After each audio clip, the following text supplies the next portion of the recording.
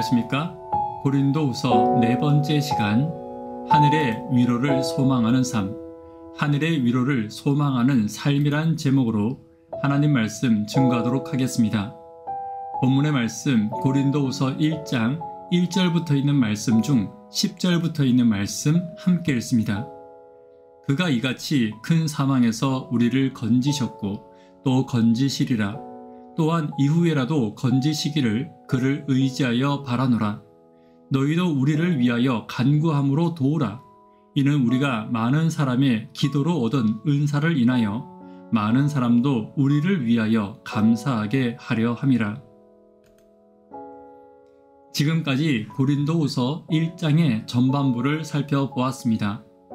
우리는 여기서 믿음의 백성들의 고난은 그리스도의 고난에 참여하는 것이며 또한 이 고난은 홀로 당하는 것이 아니라 그곳에서 그리스도의 함께하심이 있음을 살펴보았습니다. 오늘 전반부의 내용을 마무리하며 고난당하는 성도에게 주시는 하늘의 소망을 살피며 고난당하는 성도와 함께하시는 하나님을 발견하는 시간이 되기를 간절히 바랍니다. 첫 번째로 고난에는 아버지의 위로가 있음을 잊지 않아야 합니다. 5절입니다. 그리스도의 고난이 우리에게 넘친 것 같이 우리의 위로도 그리스도로 말미암아 넘치는도다. 고난은 나를 흔들 수 있고 하나님의 부르심을 흔들 수 있습니다.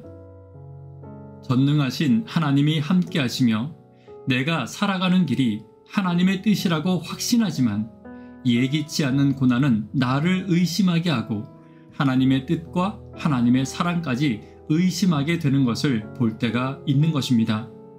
그러나 기억해야 할 것은 결코 하나님의 사랑은 변하지 않습니다. 비록 내가 고난을 당하나 하나님은 나를 위로하기를 멈추지 않으실 것이며 오히려 더 큰 위로를 통해 예수님께서 받으신 위로에 참여하게 하실 것입니다. 그렇기 때문에 성도는 고난 가운데 더 큰 은혜를 경험하게 되는 것이며 그리스도가 이 땅에서 고난 가운데서 하나님과 더 가까이 하셨던 것처럼 우리도 고난을 통해 하나님과 더 가까워지는 경험을 하게 되는 것입니다. 오늘 우리의 고난 중에 하나님의 넘치는 사랑이 있음을 결코 잊지 않고 고난을 통해 넘치는 하나님의 사랑을 경험하는 저와 여러분 되기를 간절히 바랍니다. 두 번째는 그리스도의 위로는 또 다른 위로를 낳는 것임을 잊지 않아야 합니다. 6절입니다.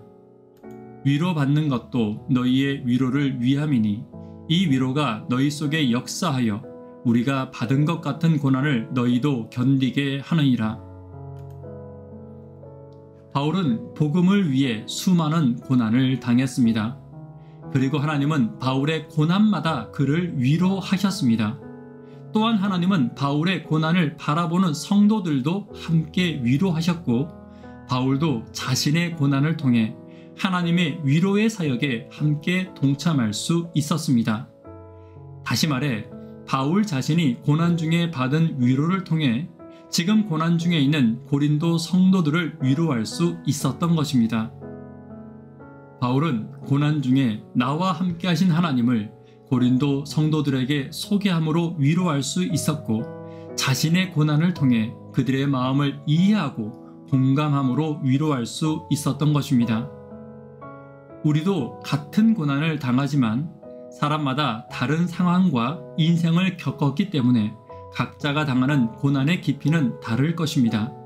그렇기 때문에 결코 상대방의 고난을 함부로 판단하거나 또 함부로 이해하게 해서는 안 됩니다. 그러나 작게라도 이해하고 공감하는 마음으로 고난 중에 함께 하시는 하나님을 함께 바라보기 위해 애써야 할 것입니다. 결코 상대방의 고난을 작게 바라보거나 고난당하는 성도의 믿음과 인생을 판단해서는 안 될 것입니다. 하나님이 위로하셨듯이 위로하며 하나님이 공감하셨듯이 공감하며 아픈 것을 어루만지고 위로하는 저와 여러분 되기를 간절히 바랍니다. 세 번째, 하나님을 향한 소망을 회복해야 합니다. 10절입니다. 그가 이같이 큰 사망에서 우리를 건지셨고 또 건지시리라. 또한 이후에라도 건지시기를 그를 의지하여 바라노라. 본문에 보면 바울은 아시아에서 극심한 고난을 당하여 마치 사형 선고를 받은 사람과 같이 모든 소망을 잃어버렸습니다. 하지만 죽은 자를 다시 살리시는 하나님께서 바울에게 소망을 바라보게 하시고 또 바울을 다시 건지심으로 위로해 주셨습니다. 그리고 바울은 이 일로 하나님을 더 간절히 바라보게 되었고 하나님과 바울의 사랑은 더 깊고 더 강한 관계로 나아갈 기회가 되었던 것입니다. 오히려 고난을 통해 바울의 믿음과 소망과 사랑은 더 견고해지고 더 확실해진 것입니다. 우리도 마찬가지입니다. 살아가며 크고 작은 고난을 당하며 어떤 고난은 극심하여 삶이 끝나는 것 같고 다시는 회복하지 못할 것 같은 고난이 있을 수 있을 것입니다. 그러나 반드시 기억해야 합니다. 나를 사랑하시는 하나님은 결코 고난 중에 나를 버리지 않으시며 나에게 고난보다 더 큰 소망을 주시기를 원하시는 분임을 기억해야 할 것입니다. 이것이 성도의 믿음입니다. 성도는 믿음의 백성이며 믿음으로 구원받는 백성들입니다. 오늘 우리에게 있는 고난이 우리의 믿음과 구원을 더 견고히 하는 저와 여러분 되기를 간절히 바랍니다. 말씀의 결론 맺도록 하겠습니다. 오늘 고난당하는 성도와 함께 하시는 하나님을 살펴보았습니다. 고난에는 아버지의 위로가 있음을 기억해야 합니다. 나의 고난을 통해 또 다른 위로가 시작됨을 기억해야 합니다.